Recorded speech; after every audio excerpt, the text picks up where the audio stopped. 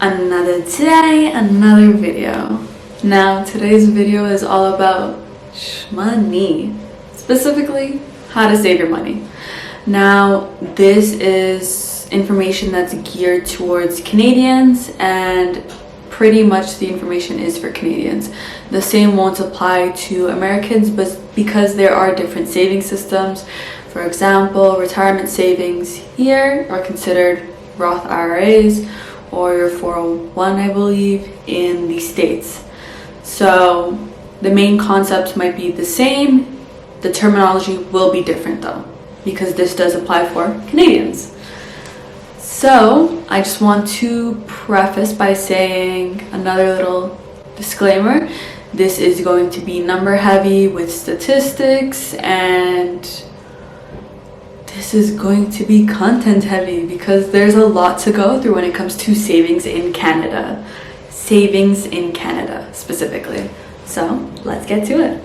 One of the biggest issues with young adults, or even just adults in general and adolescents, is not possessing the financial knowledge to know where your money should be going or where you want it to be going, essentially. Savings can be considered long-term and short-term, and honestly when it comes to finances, there's a lot of terminology that comes with it, which many of us aren't aware of because there really isn't anyone talking about it. Through the school system, we're not really told on how we should be using our money, and even in university, unless you're applying to somewhere in the financial industry, whether that may be accounting or maybe a financial advisor, conversation about money is just not something that's talked about realistically. And that's okay, but once you're an adult, you really need to know where you want your money going. Because the reality is, once you're an adult, there's no one coddling us no more. It's the real world. Your money can't be spent the same way you did when you were a teenager. That's just a matter of fact. So, preferably, you want to have either an emergency fund or some sort of savings that you can always fall back on, or even a savings to save for a long-term goal that you have, short-term goal. And that's what we're going to be talking about today. Different accounts that you can use and different ways to achieve the goals you want to achieve through savings. So it shows that there are ambitions out there for a lot of Canadians where they want their money to go. But the thing is, the problem when it comes to us as Canadians, as shown with recent surveys and whatnot, is we have an issue of keeping our money in an account because there's so many things that are prioritized in our day-to-day lives that savings always goes to the back burner, and you can only have it on the back burner for so long. Especially with COVID hitting us, a lot of people are dipping into their savings to afford for day-to-day necessities. That's just a matter of how time has played out for us. And unfortunately, it's harder now than ever to save. But it's also a great opportunity to save now. This is when people are staying home the most. They're not going out as often as they used to. And for a lot more people who still have their jobs, they are working more hours for most cases.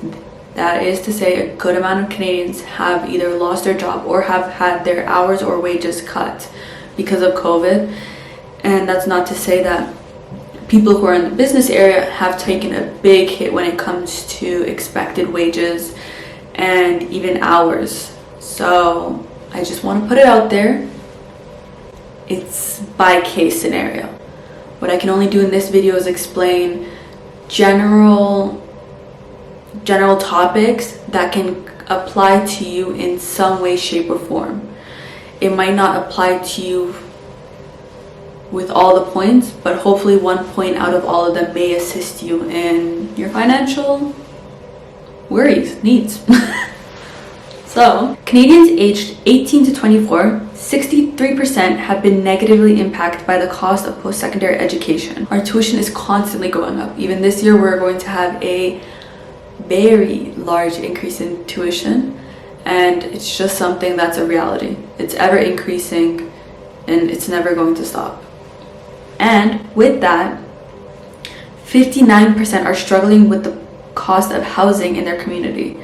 Even now, real estate has jumped numerously, especially for those living in bigger cities such as Vancouver and Toronto. The cost of living is honestly ridiculous at this point, and has affected a lot of people when it comes to their goals of owning a home. 50% feel negatively about the availability of good paying jobs in their field, and 53% are challenged by the amount of debt they have. This is all in 2012.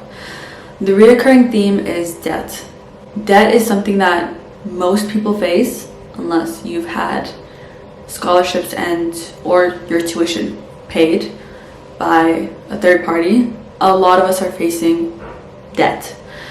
This debt is ever increasing with interest, and it's just something we need to live by. We need to either pay it off before the end of our education term or pay it off after with the smallest interest possible, preferably.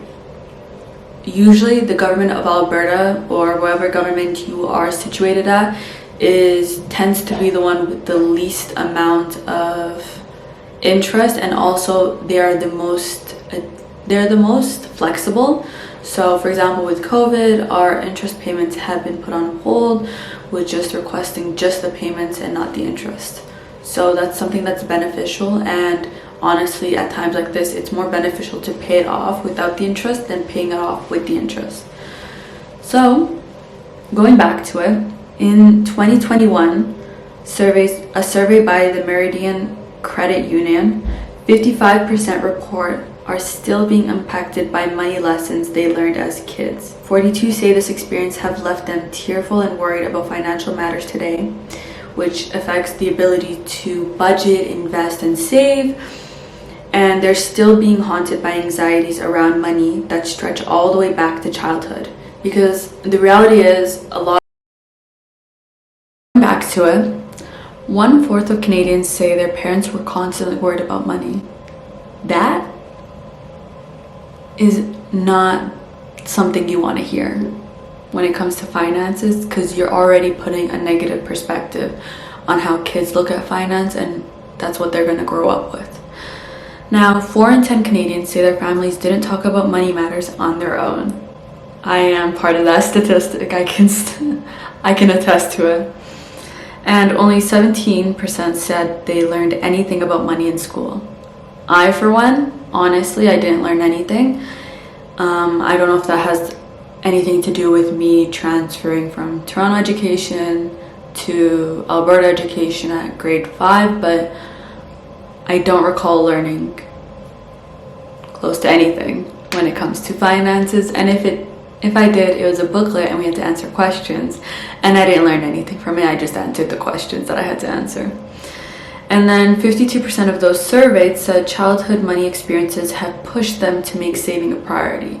Now, this is something that you want to hear, but you also need to think that, is that because their opinion about money is negative or is positive? Because if it's negative, it can be detrimental towards them and long-term savings, as it can affect them in the long term, the long run of it all. Part of the statistics was found by Financial Post, and it'll all be linked down below. Any information that I got specifically, in this case, pretty much anything I mentioned in this video is from a website, an article, or a paper, or a research study that was done. So it'll all be linked down below, okay? So you can just check it out if you're trying to not only educate yourself more on these topics, or if you're just trying to find specific information that I did not cover already in this video. Now, let's talk about saving. There's different types of savings. We have where you can budget, where it's your monthly or your weekly budget, and that's where you allocate funds for your different needs and wants, and then the extra funds can go towards savings, or you already have allocated funds towards that savings that you're doing within a monthly period, a weekly period, or even a bi-weekly period. Then we also have credit score and credit. Now, you might be wondering why I've included this in savings, but building your credit score does help you towards a future home. So in Canada where we live, a lot of big purchases, you need a good credit score. So at the end of the day, you are building a credit score, and it helps towards bigger purchases, which are stuff you're saving towards, which is why I included that.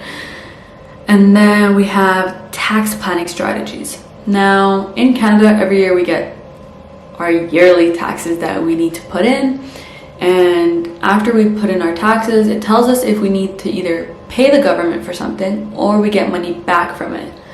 Now, depending on who you go to, a lot of people will have areas where they can actually receive money and they qualify for certain things. So that's where tax planning comes into play, or even planning your actual financial situation to lessen your taxes that you know are already going to come at the year end. And this can be done through RRSP, or for students we get our own tax documents, and that helps towards money coming back to us that we paid through tuition, entirely sure. And then applications on tuition, so what you've applied for, your tuition funds from both the Alberta and the federal government. And then there is the RSP, is a registered retirement savings plan, and that is something that a lot of Canadians invest in because it does help in taxes. It can help towards your first home, and it also can help towards building your retirement plan or funding your retirement plan, essentially.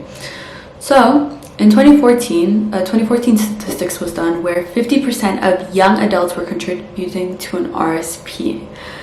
Now, registered with the CRA to qualify for a tax benefit, which tend to be a major incentive for opening a registered savings account. Now, the biggest thing that gets people to put money into an RSP or even open up an RSP is the fact that you do get a tax benefit or a tax cut. Now, every year, you have a certain amount of funds that you can put into an RSP. There is a limit. You can only put so much. And with each amount you put in, you will get a tax cut during your tax season, which is an incentive to a lot of people. But as we'll talk about later, there are, I don't want to say consequences, but there are repercussions for either taking out the money or for first-time home buyers. There is a yearly contribution limit.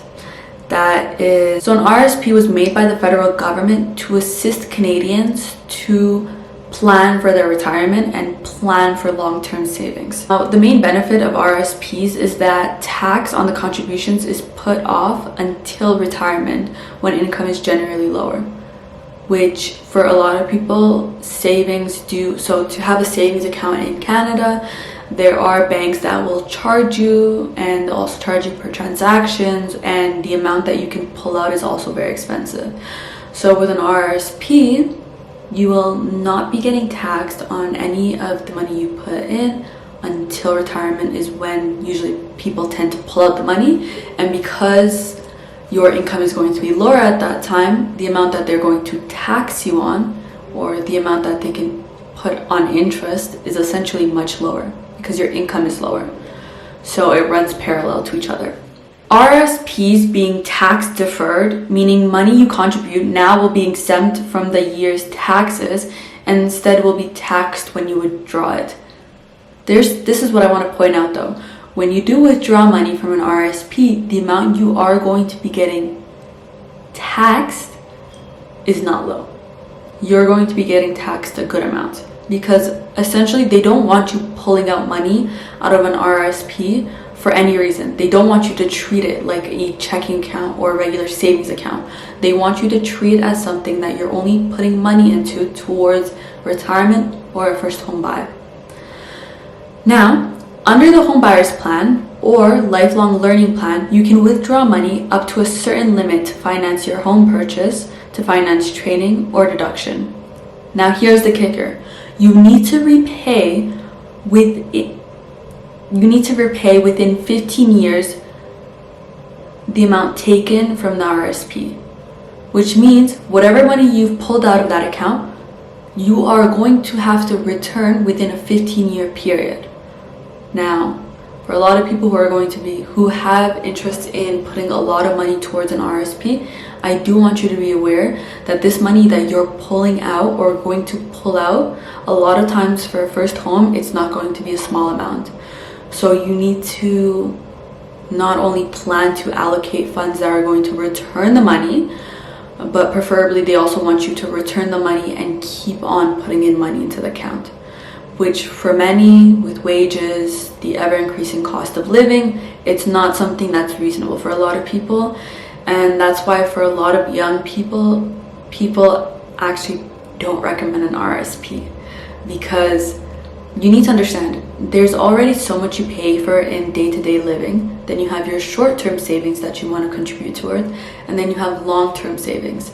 Now, yes, a retirement plan is essential, and yes, having a savings account towards it is very beneficial, but you want to have a savings account that, in the case that you've already gone through an emergency fund, and an emergency fund is money that you have put away or put aside for the occasion that any incident has occurred or an emergency where you do need to take that money out and you need it right away. So that's what the account is. Now, an RRSP doesn't allow you to take money out freely, in the sense that you can take the money out with no charge. You're going to be charged for any money you take out. And even with this whole home buyer's plan or lifelong learning plan, you need to keep in mind that you're always going to have to return that money back no matter what. There's no exceptions. For that, they don't play any games with it. So that's the only thing that with RSP I do want people to be aware about, because it's not easy, because you've built that money into the account for a long time. So the fact that you've even pulled that money out says that you need that money. But returning it back within a 15-year period for some might not be a reasonable timeline. So for those who it's not, and the amount that they're going to put in probably won't be able to be paid within 15 years, I would say reconsider the RSP route. Now, for those who aren't really interested in RSP, or they already have put in money in RSP and they want to put money into another account, there is the TSFA. The TSFA is a tax-free savings account. I personally have invested into this account. I have money into the account, and not only do I have money in the account, I have them invested in stocks. The stocks I've invested in are long-term stocks, but one of the benefits of having a TSFA is it being tax-free. Now let's get into it. A TSFA can be used for any saving goal and allows for tax-free gains. Now, the only way you can get those tax-free gains is you need to invest. Any amount contributed and any income earned into the account, i.e. investment income, is typically tax-free. Now, there is a reason why they said typically tax-free. Now, when you take out the money, and let's say you've gained, so you've invested in stocks, now you've gained, you're satisfied. So what you do is you sell the stock and now you want to withdraw that money. You will be taxed. But if you do lose money, I believe it's either you don't get taxed on it because there's no gain that they can take from it, or I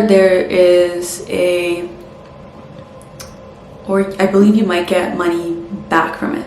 The only thing is, for taxes, at least that I have seen on my account, is there are withholding taxes, and I believe there's one other tax, and that is monthly, and that is done onto your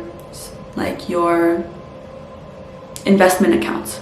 So yes, you might be doing your investments through TSFA, but you still have investment accounts in the TSFA, and that's where you will be taxed your withholding tax and whatnot. So I do want you to be aware of that.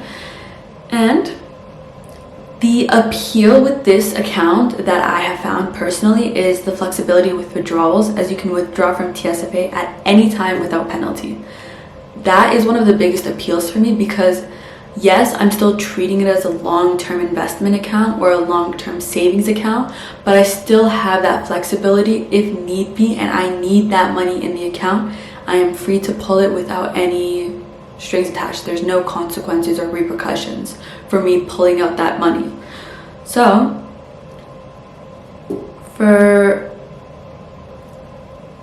with that, there is an RESP, is a Registered Education Savings Plan.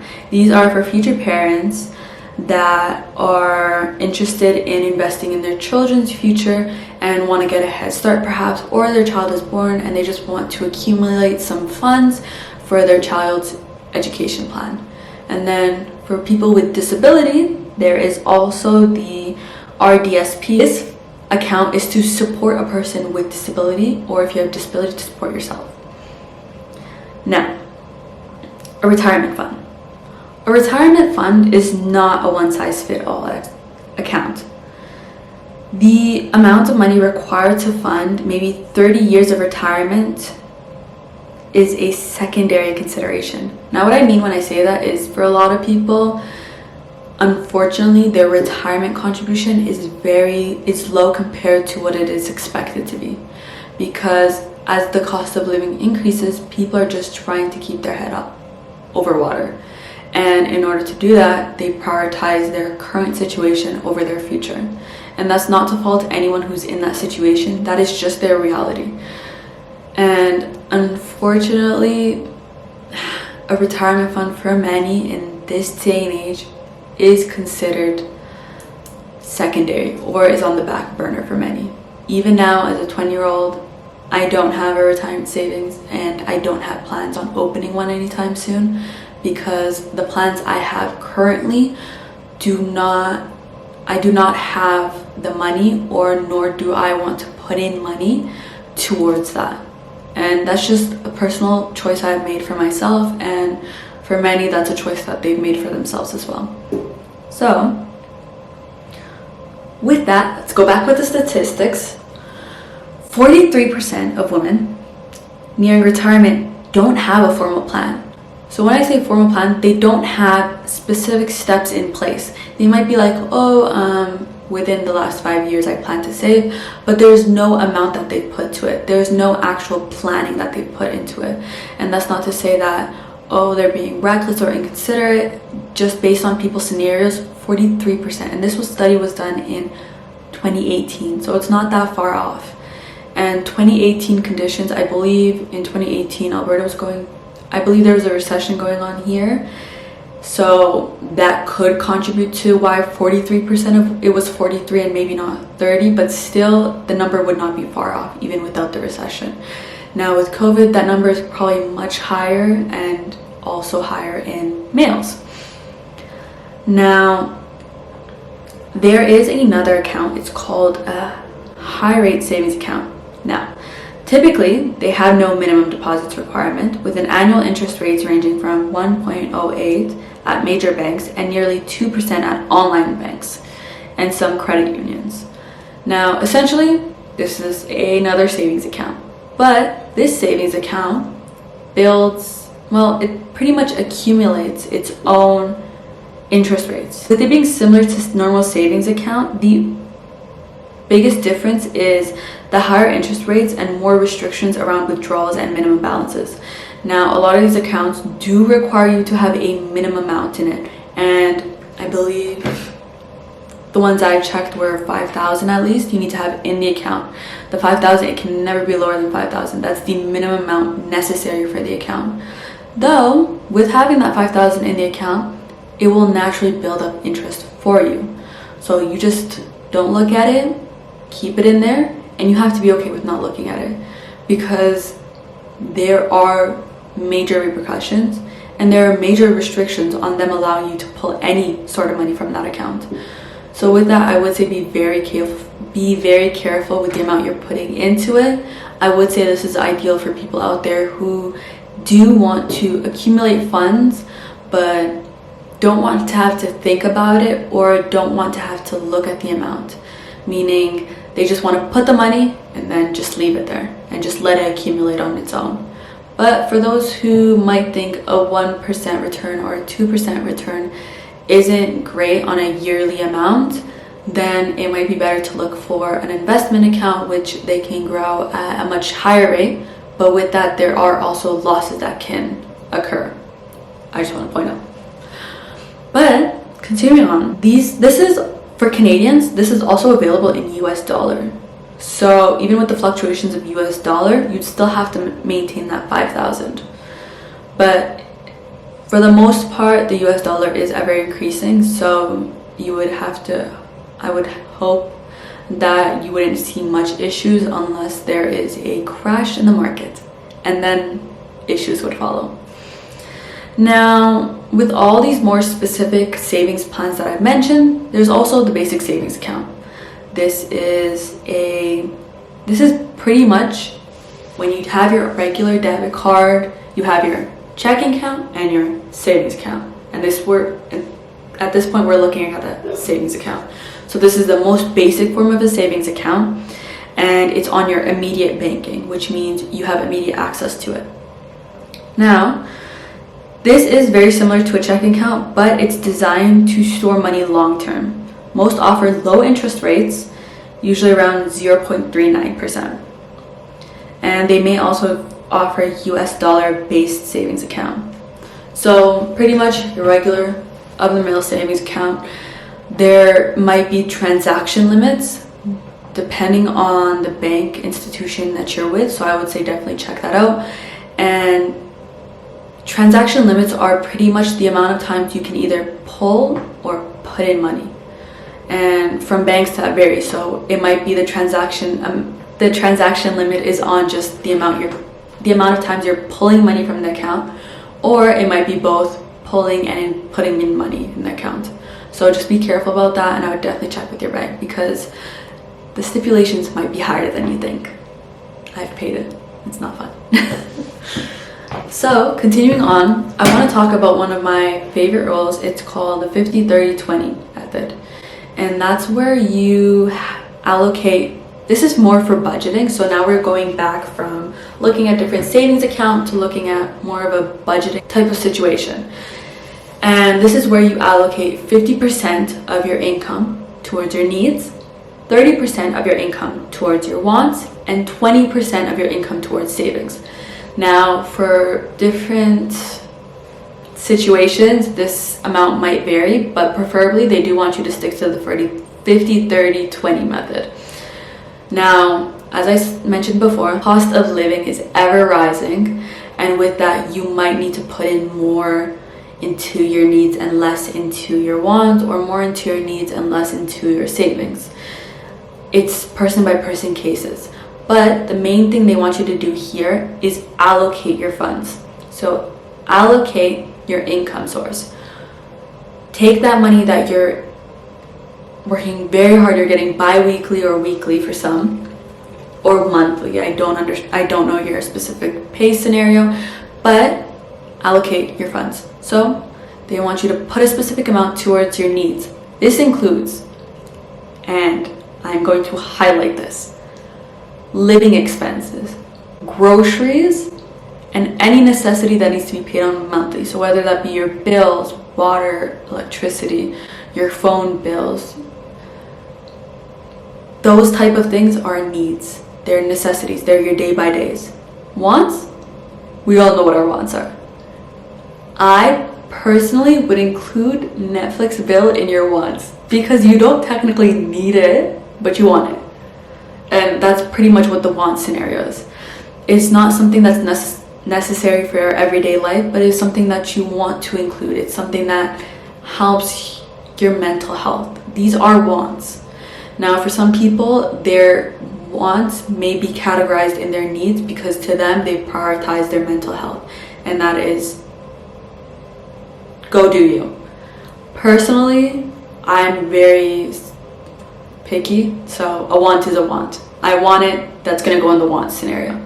And then savings, it can either be in any of the accounts that I mentioned before, or it can be in other savings account because there's so much more. Even now with online banking, it's opened the doors to different savings accounts that you can have, which I can't mention in this video because there's just so many. Online banking offers their own systems and have their own savings account with their own interest and all that. The ones I mentioned are basic They're the basic ones in Canada. So this is Canada-wide, nationwide accounts. So going back to it, comes to your wants. Honestly, live below your means. With the ever rise in our cost of living, this is going to be more essential than ever. Living below your means. Now, it's not to say you can't enjoy life and the luxuries of life, but you need to understand that if you have goals, you need to have the funds to pretty much pay for those goals. You need to allocate the funds to enjoy those things that you want to enjoy. So at that point, it's pretty much prioritizing what you want. Do you want in the moment fun, or do you want long-term achieved goals? And for different people, that's going to be different.